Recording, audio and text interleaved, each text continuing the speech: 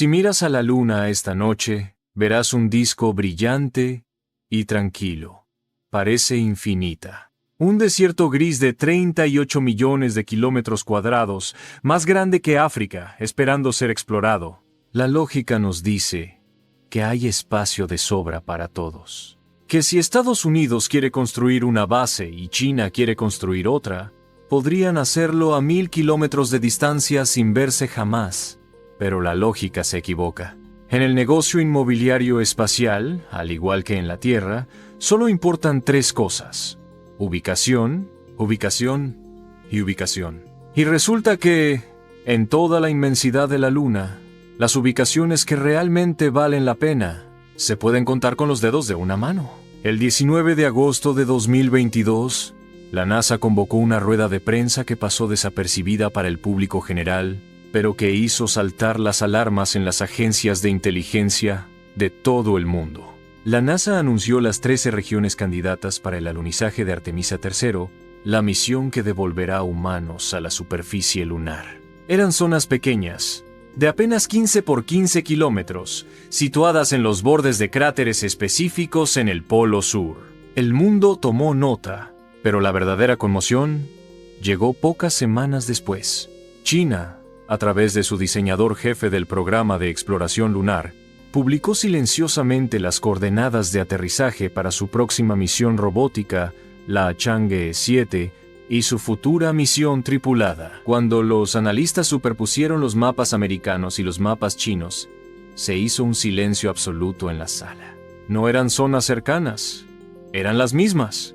Tanto la NASA como la Administración Espacial Nacional China, CNSA, habían clavado sus alfileres en exactamente los mismos bordes de los cráteres Shackleton, Haworth y Nobile. Esto no es como reclamar un continente. Estamos hablando de crestas de montaña que tienen, en algunos casos, solo unos cientos de metros de ancho. Son islas de luz en un mar de oscuridad eterna. La coincidencia es tan precisa que desafía la estadística. ¿Por qué? ¿Por qué las 2 superpotencias más grandes de la Tierra están dispuestas a arriesgar un incidente diplomático internacional por unos pocos metros cuadrados de polvo gris? La respuesta es un descubrimiento inquietante que ha cambiado las reglas del juego. Durante décadas, pensamos que los recursos de la Luna estaban distribuidos uniformemente. Ahora sabemos que no. La Luna es un lugar de extremos brutales. El 99% de su superficie es un infierno estéril, inútil para la vida humana a largo plazo. Pero existe ese 1% restante, esos bordes de cráter específicos. Los científicos los llaman picos de luz eterna. En estos puntos mágicos, el sol casi nunca se pone. Eso significa energía solar constante. Significa que no mueres congelado durante la noche lunar, que dura 14 días terrestres y baja a 200 grados bajo cero. Y lo más importante, justo al lado de esa luz eterna, a solo unos pasos, está la oscuridad eterna, el fondo del cráter, donde se esconde el agua. Tener luz y agua en el mismo código postal es el premio gordo de la lotería cósmica.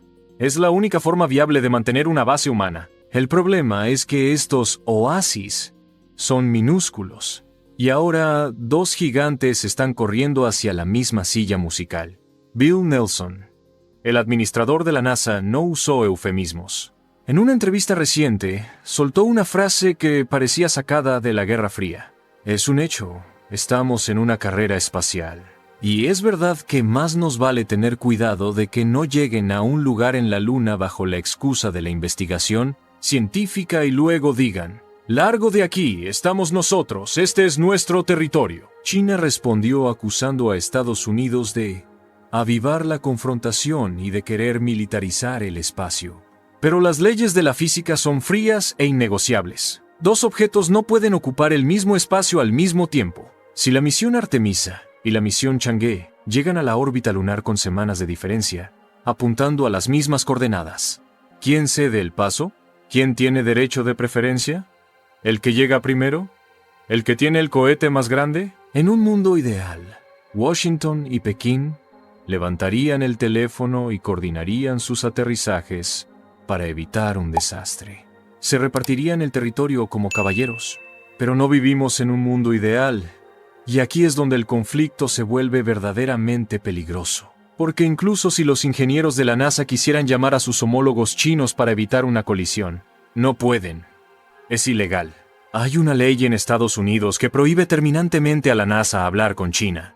Están volando a ciegas hacia una colisión frontal, atados de manos por una política escrita hace una década. Durante décadas, el espacio fue el único lugar donde los enemigos de la Guerra Fría podían ser amigos. Mientras en la Tierra, Estados Unidos y la Unión Soviética se apuntaban con misiles nucleares.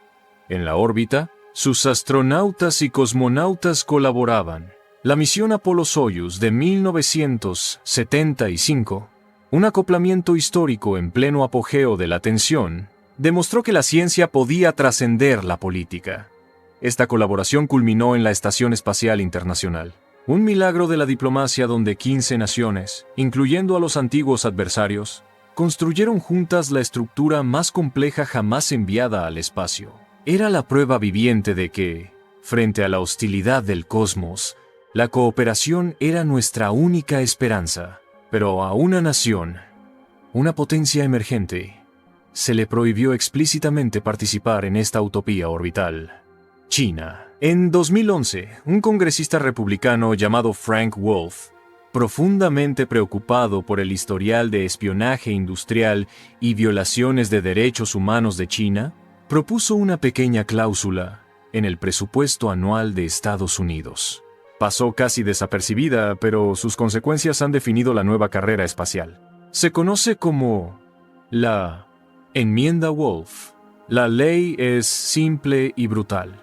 Prohíbe a la NASA y a cualquier otra agencia federal estadounidense usar fondos del gobierno para colaborar o coordinarse bilateralmente con el programa espacial chino sin una autorización explícita del FBI y del Congreso. La lógica detrás de la ley era defensiva: evitar que China robara tecnología espacial sensible de Estados Unidos, tecnología que podría ser usada para fines militares, como mejorar sus misiles balísticos intercontinentales.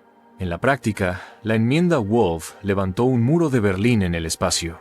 Cuando China pidió unirse a la Estación Espacial Internacional, se le cerró la puerta. Cuando los científicos chinos querían colaborar en proyectos de astrofísica con sus colegas americanos, no podían. La ley creó un apartheid espacial, pero China no se rindió. Si no podían unirse al club, construirían su propio club. Excluidos de la ISS, respondieron construyendo la Tiangong, su propia y flamante estación espacial, que ahora orbita la Tierra.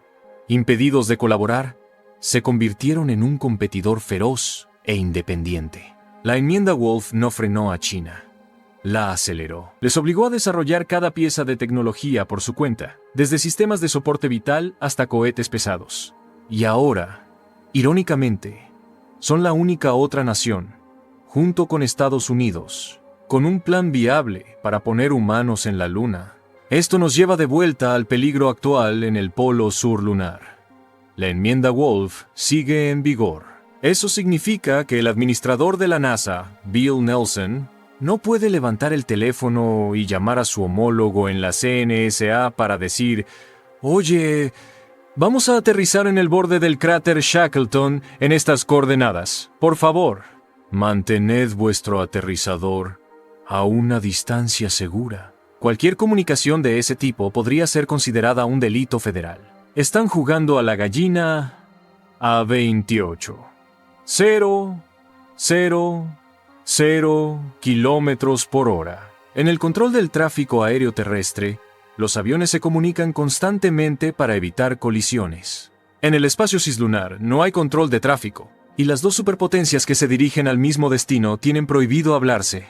Un error de cálculo en la inserción orbital, un fallo en un propulsor, un satélite de comunicaciones que se desvía de su curso, podría ser interpretado no como un accidente, sino como un acto de agresión, como un intento de sabotaje. Y en un entorno sin comunicación, la única respuesta a una agresión percibida es la escalada. El silencio de radio creado por la enmienda Wolf ha convertido la exploración científica en un campo de minas, geopolítico.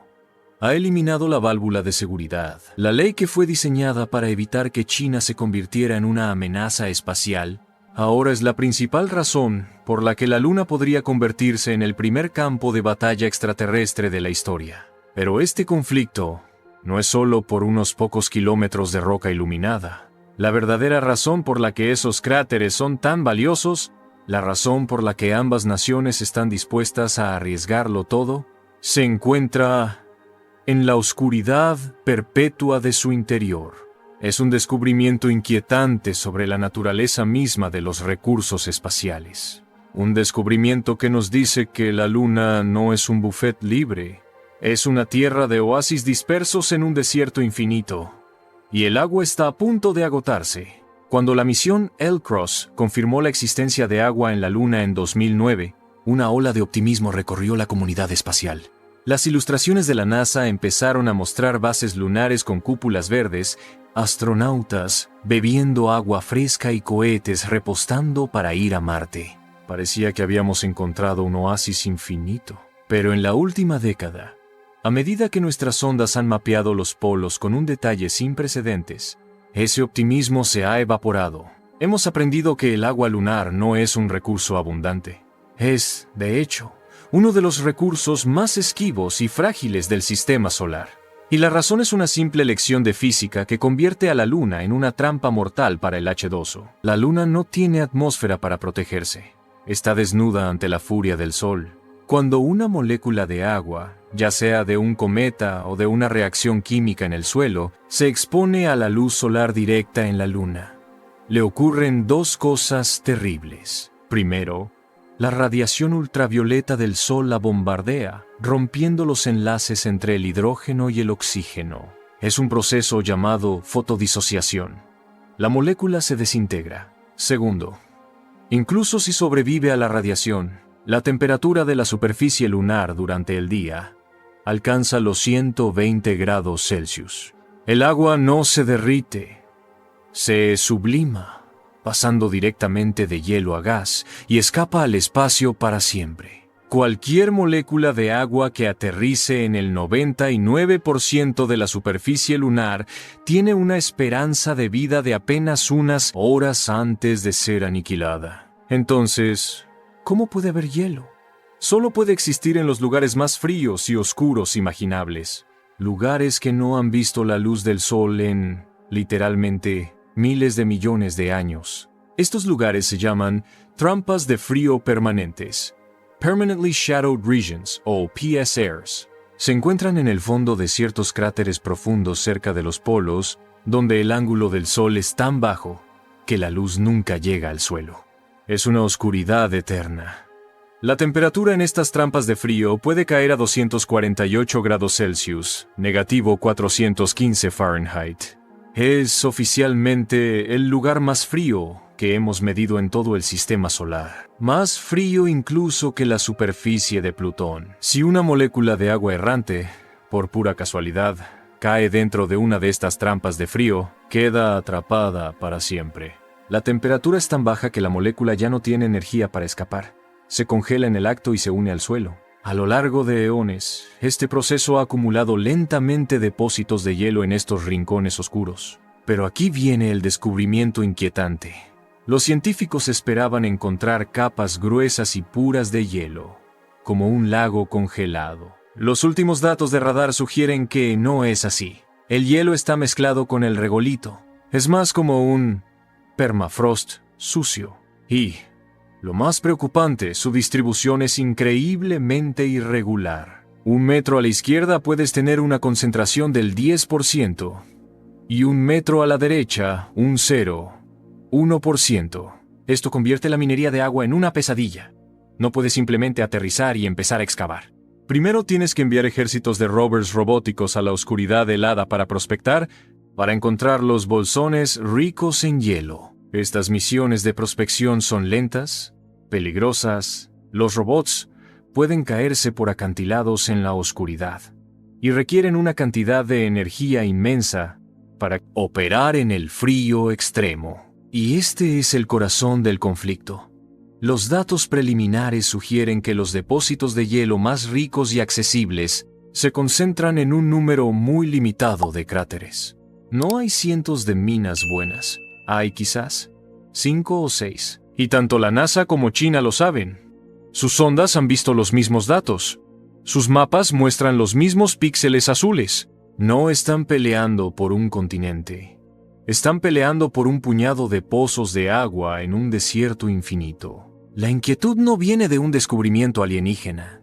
Viene de la brutal realidad de la escasez. La Luna, que parecía una promesa de abundancia, nos ha revelado que es un lugar de pobreza extrema. Y como en la historia de la humanidad, la pobreza de recursos siempre conduce a lo mismo, la guerra. Pero para ganar esa guerra, no basta con tener un mapa del tesoro, necesitas una pala.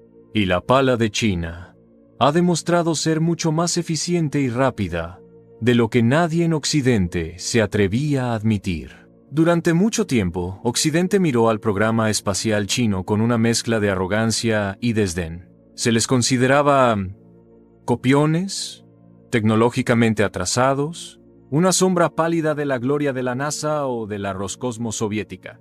Sus primeros años estuvieron plagados de fracasos catastróficos, a menudo ocultados al mundo. Pero mientras nosotros nos reíamos, ellos aprendían de cada explosión. En el año 2003, China se convirtió en la tercera nación en la historia en enviar un ser humano al espacio usando su propio cohete, la misión Shenzhou 5. Fue un logro monumental, pero para muchos, en Occidente, fue simplemente China poniéndose al día con algo que la Unión Soviética había hecho 40 años antes. Nadie vio venir la velocidad de lo que ocurriría después. Nadie entendió que China no estaba siguiendo nuestros pasos. Estaba forjando su propio camino a un ritmo aterrador. Mientras la NASA pasaba las últimas 2 décadas debatiendo qué cohete construir, cancelando programas y luchando por presupuestos, China ejecutaba un plan maestro con una precisión implacable. Su estrategia es simple. Cada misión es un ladrillo que construye la siguiente. No hay saltos al vacío, no hay promesas vacías, solo progreso incremental y constante. El programa lunar Chang'e es el ejemplo perfecto. Chang'e 1 y 2 mapearon la Luna. Chang'e 3 y 4 demostraron que podían aterrizar y operar rovers. Chang'e 5 demostró que podían despegar de la Luna y traer muestras a casa. Chang'e 6, 7 y 8, las que se lanzarán ahora, están diseñadas para una sola cosa: preparar el terreno para una base permanente en el Polo Sur. No hay política, no hay drama, solo ingeniería. Lo que realmente inquieta a los estrategas del Pentágono no es solo la velocidad, es la filosofía detrás del programa chino. Es lo que ellos llaman fusión civil-militar. En Estados Unidos, la NASA es una agencia civil. Su objetivo principal es la ciencia y la exploración. El ejército tiene su propia rama, la Fuerza Espacial, que se ocupa de los satélites espía y la defensa. En China, esa línea no existe. La CNSA es, en esencia, un brazo del Ejército Popular de Liberación. Cada misión científica tiene un objetivo militar secundario. Cada satélite de comunicaciones puede ser usado para guiar un misil. Cada descubrimiento geológico es analizado por su potencial estratégico. Esto les da una ventaja aterradora en eficiencia y propósito. Y no están solos. Excluidos de la Estación Espacial Internacional, han construido la suya, la Tiangong o Palacio Celestial. Ahora mismo, mientras ves este video, hay 3 taikonautas orbitando la Tierra, en una estación que la NASA tiene prohibido visitar. Desde allí, están probando las tecnologías de soporte vital y acoplamiento que usarán para su futura base lunar. Y no lo están haciendo con la tecnología anticuada de la ISS. Su estación es del siglo XXI, con sistemas de inteligencia artificial y robótica que superan a los de la vieja Estación Internacional. China ya no está poniéndose al día.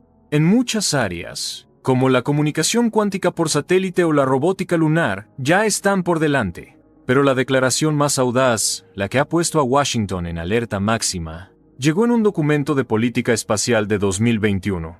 China declaró oficialmente su intención de crear un espacio económico Tierra-Luna. Planean tratar el espacio cislunar, esa vasta área entre nuestro planeta y su satélite, como una zona económica especial. Para cualquiera que entienda la política china, esa frase tiene un significado muy claro. Es el mismo término que usaron para designar zonas como Shenzhen o Shanghái, lugares donde las reglas normales no aplican, y el Estado ejerce un control total para el desarrollo económico. China no ve la Luna como un parque natural para la ciencia. La ve como el próximo Hong Kong, un territorio para la industria, la minería y, en última instancia, el control soberano. Mientras la NASA sigue atada a un programa como Artemisa, que depende de un cohete de 4,000 millones de dólares por lanzamiento que nunca se reutiliza. China está desarrollando cohetes reutilizables y planeando una producción en masa. Están pensando como una empresa, no como una agencia gubernamental. La NASA tiene el legado, la experiencia y el genio de empresas como SpaceX de su lado. Pero China tiene algo que quizás sea más poderoso. Un plan a largo plazo, una voluntad política de hierro y la velocidad de un dragón que acaba de despertar de un largo sueño. Y ese dragón está mirando fijamente a los mismos pozos de agua que el águila americana. Si hay una imagen que define el poderío tecnológico estadounidense, es la del cohete Saturno V. En la década de los 60, en plena Guerra Fría y con tecnología de la era de los Beatles, la NASA construyó 13 de estos gigantes.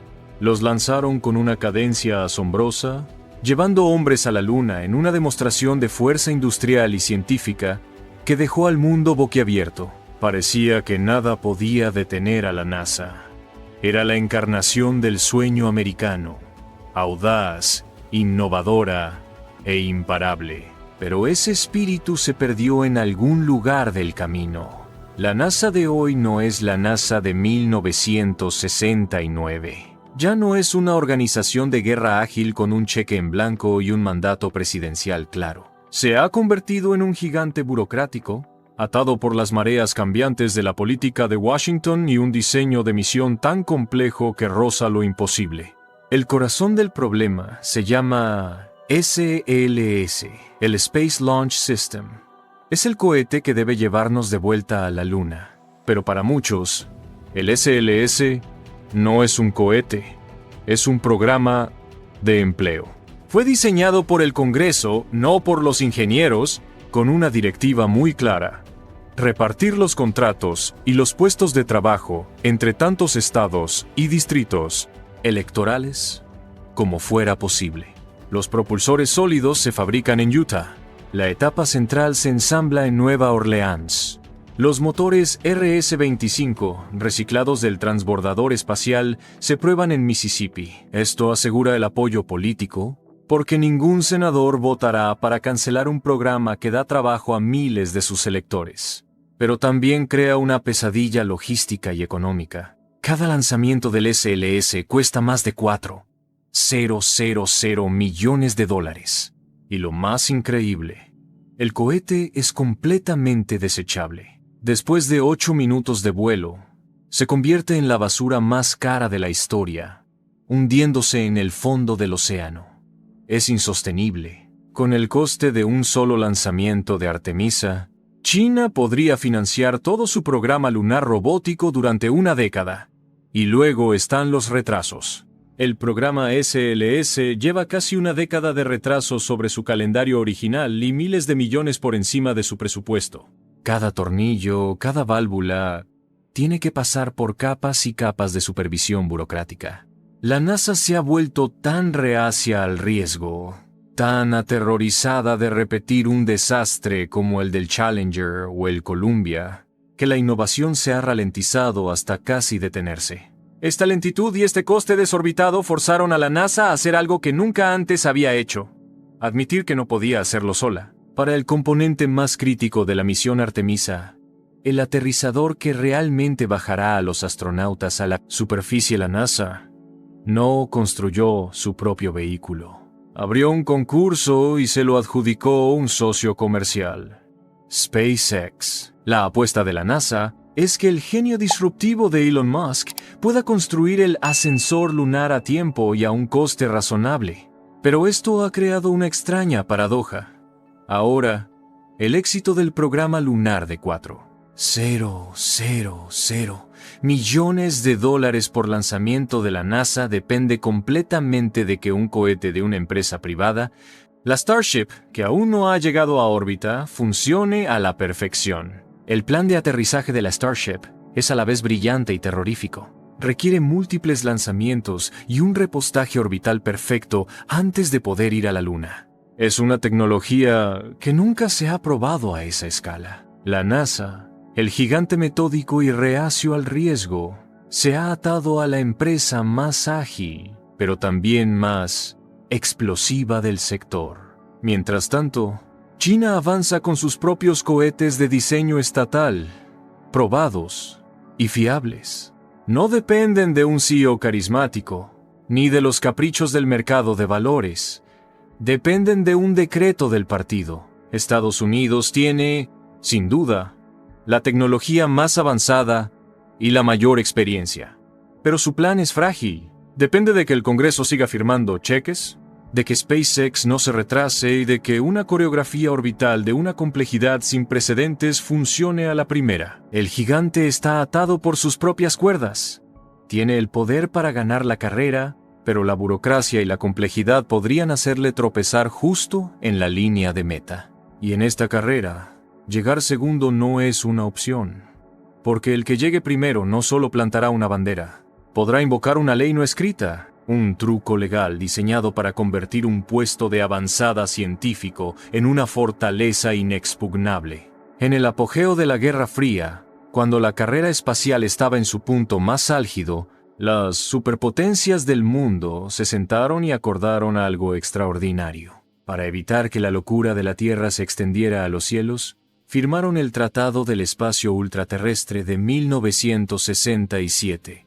Es la Carta Magna del Espacio, un documento idealista que declara los cuerpos celestes como patrimonio de toda la humanidad. Su artículo 2 es inequívoco. El espacio ultraterrestre, incluso la Luna y otros cuerpos celestes, no podrá ser objeto de apropiación nacional por reivindicación de soberanía, uso u ocupación, ni de ninguna otra manera. En resumen, nadie puede poseer la Luna. No puedes plantar una bandera y decir, esto es mío. Este tratado ha mantenido la paz en el espacio durante más de 50 años. Pero ahora, con el descubrimiento de recursos localizados y valiosos como el hielo, las naciones están buscando desesperadamente una forma de rodear la ley sin romperla. Y han encontrado un vacío legal. El truco se encuentra en otro artículo del tratado, el artículo 9. Este dice que los estados deben evitar la interferencia perjudicial con las actividades de otras naciones en el espacio. Originalmente, esto se pensó para evitar que, por ejemplo, un país hiciera estallar una bomba nuclear en el espacio que pudiera dañar los satélites de otro. Pero ahora, los abogados espaciales están reinterpretando esa frase de una manera mucho más agresiva. Argumentan que si aterrizas una nave costosa en la Luna, tienes derecho a protegerla. El despegue o aterrizaje de otra nave cercana podría levantar polvo de regolito afilado, dañar tus paneles solares o interferir con tus instrumentos científicos. Por lo tanto, para evitar esa interferencia perjudicial, tienes derecho a establecer una zona de seguridad, safety zone, alrededor de tu equipo. Piensa en ello como ir a una playa pública. No puedes comprar un trozo de la playa, pero si pones tu toalla, la gente entiende que no debe pisarla. Ahora imagina que, en lugar de una toalla, pones una valla y contratas a un guardia de seguridad. No estás reclamando soberanía. No estás diciendo, este trozo de playa es mío para siempre. Simplemente estás diciendo, para proteger mis actividades, nadie más puede entrar en esta zona mientras yo esté aquí. Es una apropiación de facto. Es una privatización temporal que, si la misión dura décadas, se convierte en permanente. Y aquí es donde la carrera por el Polo Sur se vuelve un juego de ajedrez geopolítico. El que llegue primero a la mejor cresta del cráter Shackleton no solo tendrá acceso a la energía y al agua, podrá, bajo el pretexto de la seguridad, declarar una zona de exclusión de varios kilómetros a su alrededor. Automáticamente, bloqueará a su rival del acceso a ese recurso.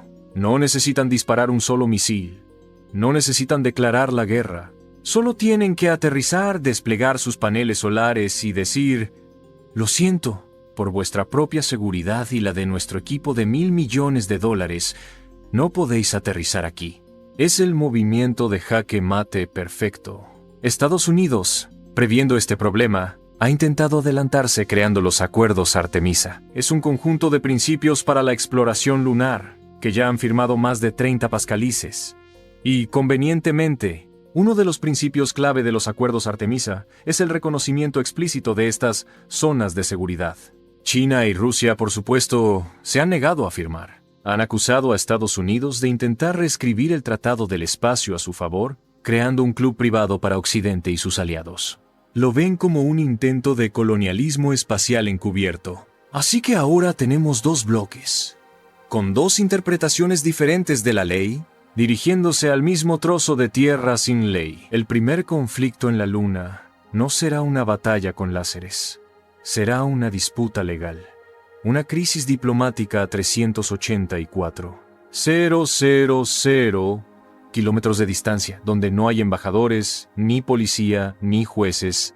Solo dos superpotencias, sus máquinas y una interpretación muy flexible de un tratado escrito en una era de inocencia. Pero mientras los abogados debaten en la Tierra, los generales están preparando sus propios planes de contingencia. Porque saben que si la diplomacia falla, la única forma de vigilar a tu rival, en un lugar tan remoto, es acercarte peligrosamente a él. Mientras los medios de comunicación se centran en los grandes cohetes y los valientes astronautas, la verdadera carrera espacial, la que realmente preocupa a los generales en el Pentágono y en Pekín, se está librando en silencio, a cientos de miles de kilómetros sobre nuestras cabezas. Es una guerra de sombras, combatida no con explosiones, sino con fotones y algoritmos. Es la batalla por el control del espacio cislunar. En la órbita terrestre baja, el espacio está abarrotado. Hay miles de satélites, telescopios y radares observando cada movimiento. Si un satélite se acerca demasiado a otro, saltan las alarmas en NORAD. Hay reglas de tráfico, aunque no siempre se respeten, pero en el vasto océano de espacio entre la Tierra y la Luna, reina la anarquía. Es el salvaje oeste. No hay radares de tráfico aéreo. No hay testigos. Si algo le ocurre a tu satélite allí, puede que nunca sepas si fue un fallo técnico o un acto de sabotaje. Y ambas naciones están llenando este vacío con ojos y oídos. En 2018, China lanzó el satélite de retransmisión Keqiao para su misión en la cara oculta. Pero los analistas de la Fuerza Espacial de EEU notaron algo extraño. Keqiao no es solo una antena.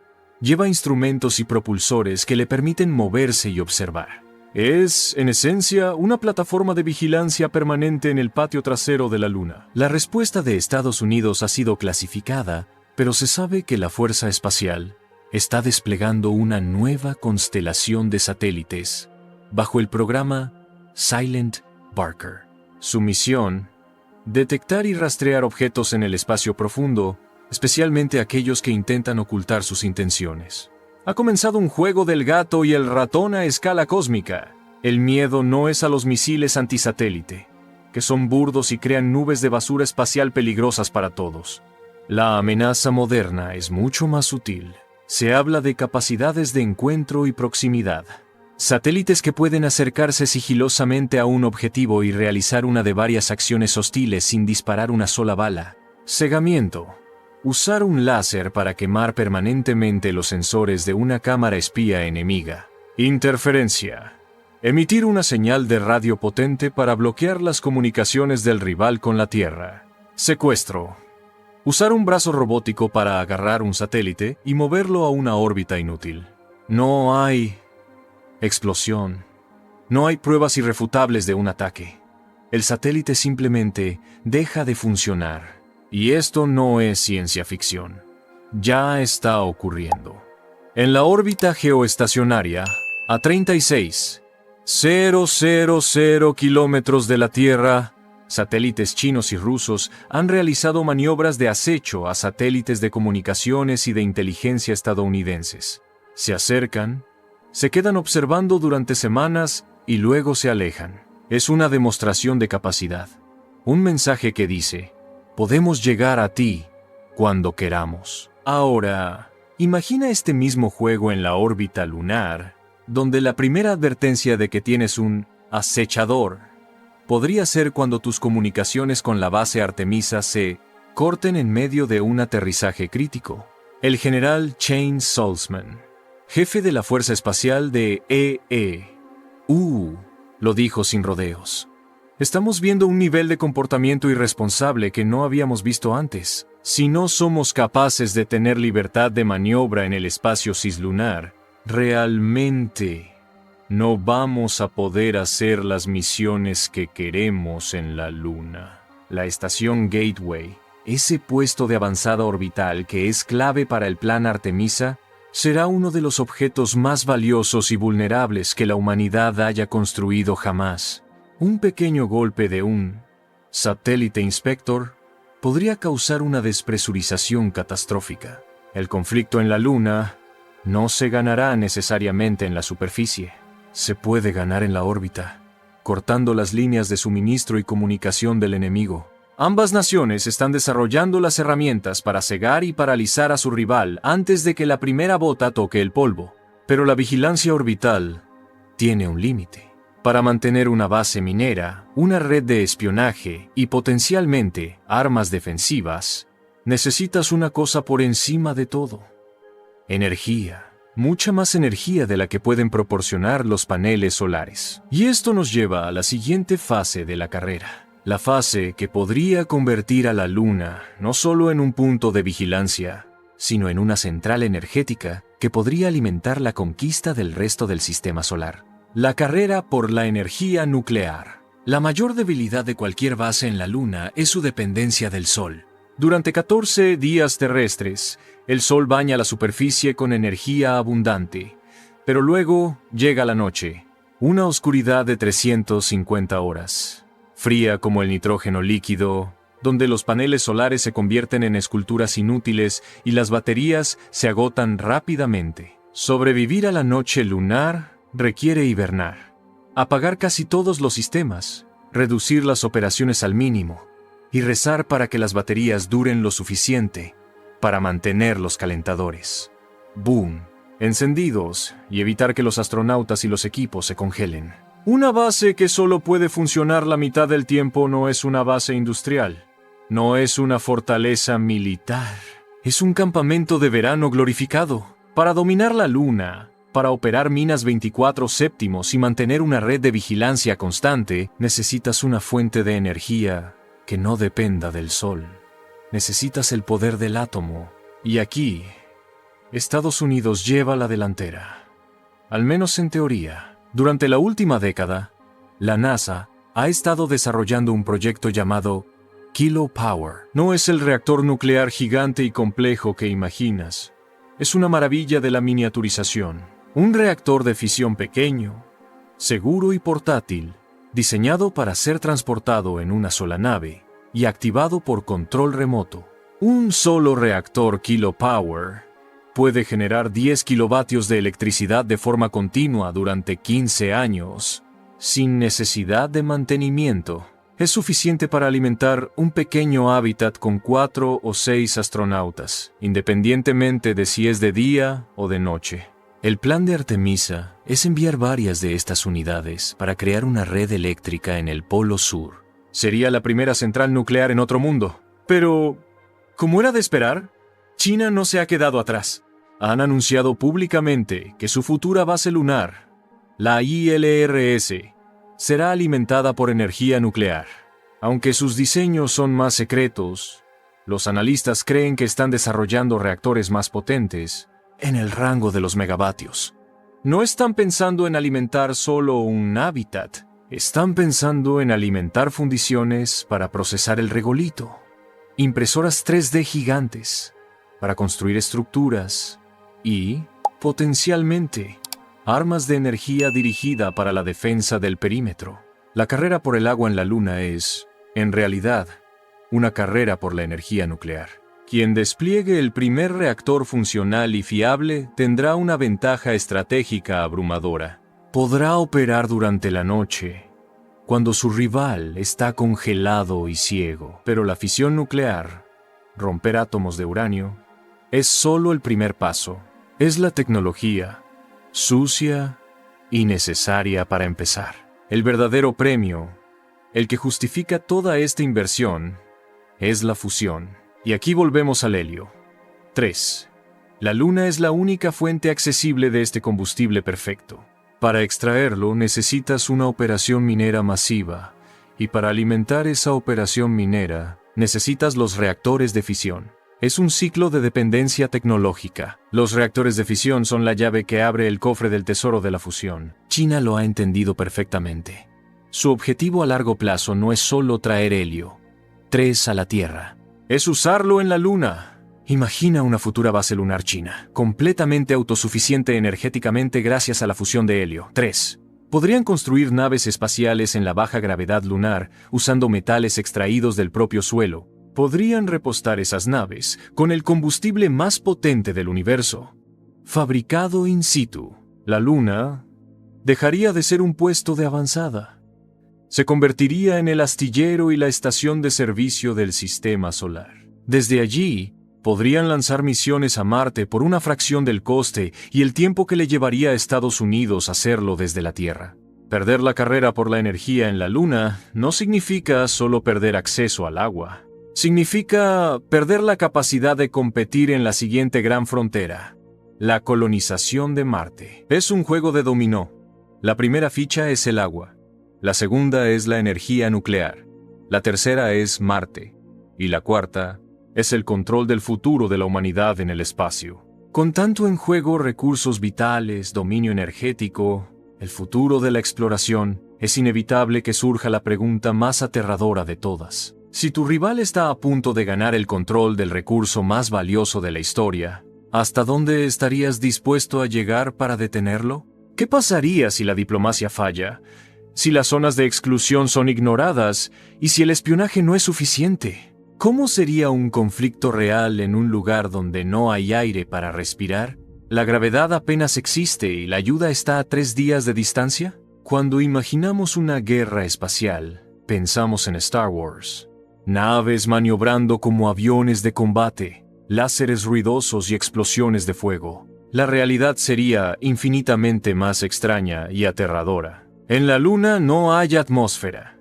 Eso significa que no hay sonido. Una batalla lunar sería una película muda de terror. Podrías estar de pie junto a tu compañero mientras un proyectil impacta en su pecho, y no escucharías el disparo, ni el impacto, ni su grito. Solo verías caer su cuerpo lentamente, en gravedad baja, mientras su radio se queda en estática. Tampoco hay fuego. Sin oxígeno, las explosiones no crean bolas de fuego naranjas. Son destellos breves de luz química seguidos de metralla volando a velocidades hipersónicas sin nada que la frene. La guerra en la Luna no es ruidosa y caótica. Es quirúrgica, silenciosa y letalmente frágil. La física de la Luna cambia todas las reglas del combate. Primero, la gravedad es 1/6 de la terrestre. Segundo, no hay aire que frene los proyectiles. En la Tierra, una bala pierde velocidad por la fricción del aire y cae por la gravedad. En la Luna, una bala disparada desde un rifle estándar mantendría su velocidad letal durante kilómetros. Podría viajar más allá del horizonte visual. Y hablando del horizonte, la Luna es mucho más pequeña que la Tierra. El horizonte está mucho más cerca, a solo 5 kilómetros de distancia para una persona de pie. Esto crea una pesadilla táctica. Un enemigo podría estar oculto debajo del horizonte a solo 3 kilómetros y dispararte con una trayectoria tensa sin que tú puedas verlo jamás. Los radares convencionales tienen problemas con la curvatura. Sería una guerra de francotiradores invisibles disparando curvas matemáticas. Pero no necesitas armas de alta tecnología para matar en la Luna. El entorno ya está intentando matarte. Tu enemigo solo tiene que ayudarlo un poco. En la Tierra, un soldado puede sobrevivir a un disparo en el brazo o la pierna. Se pone un torniquete y sigue luchando. En la Luna, el ser humano es una burbuja de gas blanda dentro de un traje presurizado. Cualquier perforación en el traje, por pequeña que sea, es catastrófica. Si una bala o incluso un fragmento de metralla minúsculo perfora tu traje, el aire se escapa. La presión baja instantáneamente. Tu sangre empieza a hervir por el vacío. Tus pulmones colapsan. No hace falta un tanque ni un misil. Una onda con una piedra afilada podría ser un arma de destrucción masiva contra una patrulla de astronautas. La fragilidad de la vida allí arriba convierte cualquier enfrentamiento físico en una sentencia de muerte casi segura para ambos bandos. Por eso, los estrategas militares creen que el combate lunar no será cinético, balas y explosiones, porque crea demasiada basura espacial que podría volverse contra ti. Será una guerra de muerte suave. Imagina un láser infrarrojo. En el vacío, el láser es completamente invisible porque no hay polvo en el aire que disperse la luz. No lo ves venir. Simplemente, de repente, tus sensores se ciegan. O tu sistema de refrigeración se sobrecalienta y explota. O peor aún, el uso del regolito como arma. Un rover enemigo podría pasar accidentalmente cerca de tu base y acelerar, lanzando una cortina de polvo electrostático sobre tus paneles solares. Parece un accidente. Uy, lo siento, calculamos mal la trayectoria. Pero el resultado es que tu base pierde energía. Los calentadores se apagan. Y en la noche lunar, eso significa congelación y muerte en cuestión de horas. Es el crimen perfecto. Asesinato con negación plausible. Y finalmente, está el factor psicológico. El aislamiento. En cualquier guerra en la Tierra, siempre existe la esperanza de la extracción. El helicóptero médico viene en camino. Los refuerzos están a 10 minutos. En la Luna no hay Golden Hour, la hora dorada para salvar a un herido. La ayuda más cercana está a 3 días de viaje en un cohete que cuesta $1,000 millones lanzar. Si te hieren en un conflicto lunar, estás solo. Si tu esclusa de aire se rompe, estás muerto. No hay Cruz Roja. No hay Convención de Ginebra que se haya aprobado en el vacío. Es un escenario de pesadilla donde la victoria pírrica es lo único posible. Puedes destruir la base de tu enemigo, pero es muy probable que el polvo y la metralla de la explosión destruyan la tuya también. Este escenario es tan horrible que, paradójicamente, podría ser lo único que evite la guerra. La destrucción mutua asegurada no es solo nuclear. En el espacio es física. Sin embargo, las potencias no están dispuestas a dejarlo al azar. Están formando equipos. Están reclutando aliados. Porque saben que si la guerra estalla, no querrán estar solos en la oscuridad. Y así, el mundo se está dividiendo en 2 bloques de nuevo. La cortina de hierro ha caído, pero una nueva cortina, hecha de vacío y estrellas, se está levantando. Durante 30 años, la política espacial se basó en una idea simple: la interdependencia. Estados Unidos tenía el dinero y los transbordadores. Rusia tenía los motores de cohete más fiables y la experiencia en estaciones espaciales. Nos necesitábamos mutuamente. Si uno caía, el otro también. Esa vulnerabilidad compartida mantuvo la paz en órbita incluso cuando las relaciones en la Tierra se enfriaban. Pero esa era dorada ha muerto. El divorcio espacial ha comenzado y no ha sido amistoso. La invasión de Ucrania en 2022 y las sanciones occidentales subsiguientes rompieron los últimos lazos que quedaban. El entonces jefe de la agencia espacial rusa Roscosmos, Dmitry Rogozin, llegó a amenazar públicamente con dejar caer la Estación Espacial Internacional sobre Estados Unidos o Europa. Fue un farol, pero el mensaje quedó claro: la era de la cooperación ha terminado. Y en el vacío que dejó esa ruptura, se han formado 2 nuevos bandos, cada uno con su propia visión de la ley y el orden en la Luna. En la esquina azul, liderada por la NASA, están los Acuerdos Artemisa. presentados en 2020, son mucho más que un conjunto de reglas de buena conducta. Son una maniobra diplomática brillante.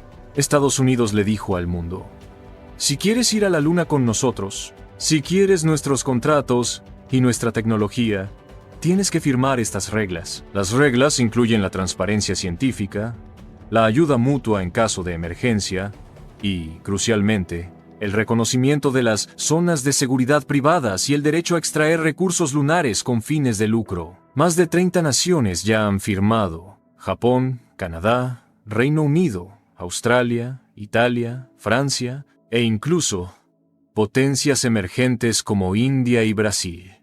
Es, en esencia, una OTAN espacial. Un bloque económico y legal diseñado para aislar a cualquiera que no juegue bajo las reglas americanas. En la esquina roja, tenemos la respuesta de Oriente. China, viendo los acuerdos Artemisa como un intento de cerco, se movió rápido. En 2021, firmó un memorando histórico con Rusia para construir juntos la ILRS, Estación Internacional de Investigación Lunar. Para China, esta alianza es vital. Aunque tienen dinero y tecnología moderna, les falta la experiencia de décadas operando en el espacio profundo que tienen los rusos. Para Rusia, es un salvavidas. Aislada por Occidente y con su programa espacial en decadencia por falta de chips y financiación, Rusia necesita el dinero chino para seguir siendo relevante. Es un matrimonio de conveniencia, pero poderoso. Juntos, combinan la capacidad industrial masiva de China con la astucia y la experiencia operativa de los herederos de Yuri Gagarin. La polarización es total. Ya no se trata solo de quién tiene el mejor cohete. Se trata de estándares. Occidente usa un tipo de puerto de acoplamiento. Oriente usa otro. Occidente usará frecuencias de radio específicas. Oriente usará otras. Si un astronauta de Artemisa tiene una emergencia, y la base más cercana es China, ¿podrá su traje conectarse a la esclusa de aire de ellos? ¿O morirá en la puerta por incompatibilidad de hardware político? Estamos construyendo dos infraestructuras paralelas e incompatibles en el cielo. Dos sistemas de Internet lunar. Dos sistemas de GPS lunar. El sueño de Carl Sagan de una humanidad unida explorando el cosmos se ha desvanecido. Lo que tenemos ahora es la Guerra Fría 2.0, exportada a un escenario donde los errores no se perdonan. Y en medio de este choque de titanes hay un factor de caos: el tiempo. Rusia intentó demostrar que aún tenía fuerza lanzando la sonda Luna 2.5 en agosto de 2023, apuntando al mismo polo sur. Se estrelló. Fue un fracaso humillante que confirmó que el socio principal del bloque rojo está herido. Esto pone aún más presión sobre China. Ahora saben que no pueden contar con Rusia para hacer el trabajo pesado. Tienen que hacerlo ellos mismos. La carrera se ha simplificado. Ya no es el mundo versus la luna. Es el bloque Artemisa versus el bloque ILRS.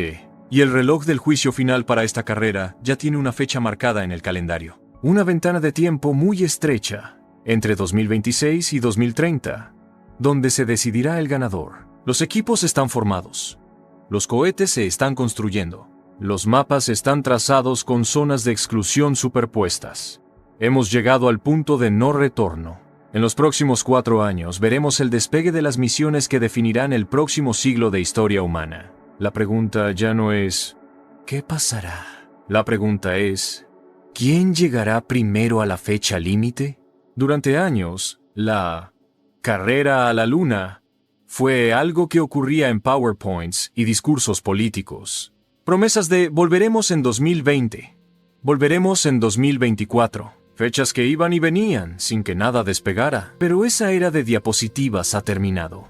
Ahora estamos en la fase de metal cortado y combustible cargado. Hemos entrado en la ventana crítica. Los próximos 48 meses determinarán la jerarquía del poder espacial para el resto del siglo XXI.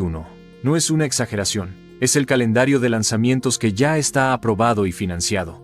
Y este calendario nos cuenta una historia de dos estrategias opuestas que convergen en una fecha límite mortal. el año 2030. Primero, miremos el lado americano. La misión clave es Artemisa 3. El plan oficial de la NASA dice que despegará a finales de 2026. La realidad de la ingeniería dice que probablemente será en 2027 o 2028.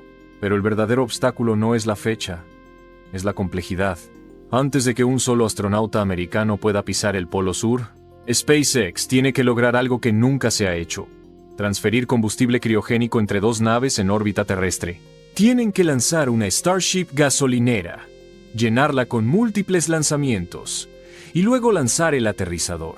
Es una cadena logística de pesadilla. Si un eslabón falla, la misión se retrasa años. Estados Unidos está apostando por un gran salto, una misión tripulada masiva y compleja para llegar primero y plantar la bandera. China, por su parte, juega a otro juego. Su estrategia es infraestructura primero, humanos después. En 2026, lanzarán la Chang'e 7 al Polo Sur. Su misión: encontrar el agua y el lugar exacto para la base. En 2028 lanzarán la Chang'e 8. Esta no solo explorará, probará tecnologías de impresión 3D y uso de recursos in situ. Para cuando los astronautas americanos de Artemisa 3 lleguen, con suerte, en 2027 o 2028, es muy probable que ya encuentren robots chinos operando en la superficie, marcando el territorio y transmitiendo datos a Pekín.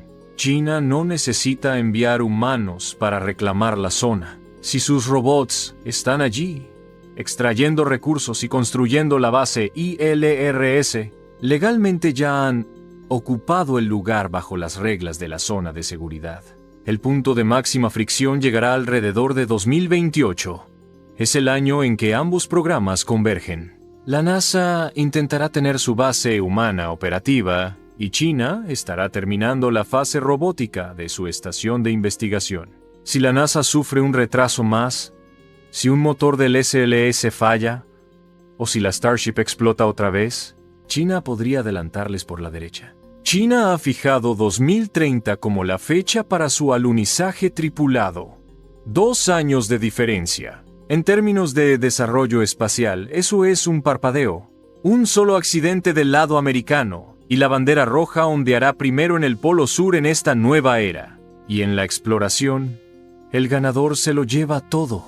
El primero en llegar establece los estándares, define las zonas de exclusión y ocupa los mejores picos de luz eterna. El segundo en llegar tiene que pedir permiso para aparcar. Estamos en el descuento. Los cohetes se están construyendo en las fábricas de Alabama y en los hangares de Tianjin. Los astronautas y taikonautas están entrenando en piscinas gigantes ahora mismo. No hay vuelta atrás. El dinero está gastado. El prestigio nacional está hipotecado. Uno de los dos ganará, y el otro tendrá que aceptar una posición secundaria en la historia del siglo XXI. O quizás no acepte perder. Hemos analizado la ciencia, la política, la guerra y el calendario. Hemos visto las trampas de frío y los reactores nucleares.